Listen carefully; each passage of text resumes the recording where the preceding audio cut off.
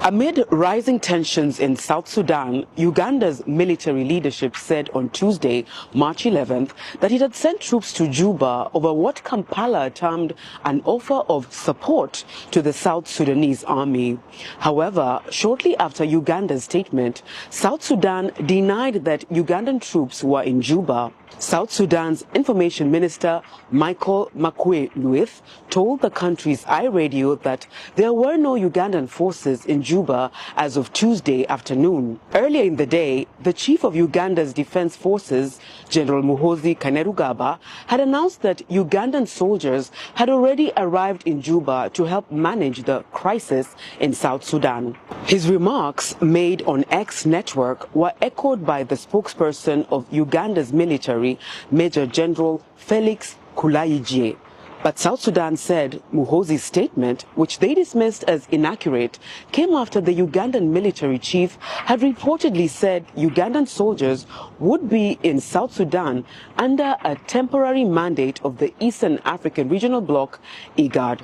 On Wednesday, March 12th, IGAD, which comprises 8 countries including South Sudan and Uganda, held a virtual heads of state summit on the situation in South Sudan. Tensions have flared in South Sudan after recent clashes between the country's army and armed groups in the northeastern county of Nasser in Upper Nile State left scores of people dead. The main armed group, called the White Army, is allied to forces loyal to South Sudan's first vice president, Riek Machar. The fighting in Nasser, which broke out in mid-February, was reportedly triggered by the South Sudanese army's alleged excesses in the county and the delayed implementation of South Sudan's 2018 revitalized peace agreement.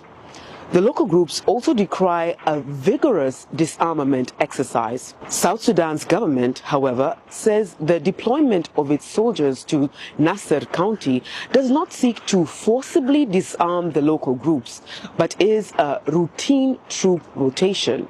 While skeptical, the local groups have fought South Sudanese soldiers, saying the army's routine rotation claim is a disguise for disarmament being conducted without adequate consultation or security guarantees.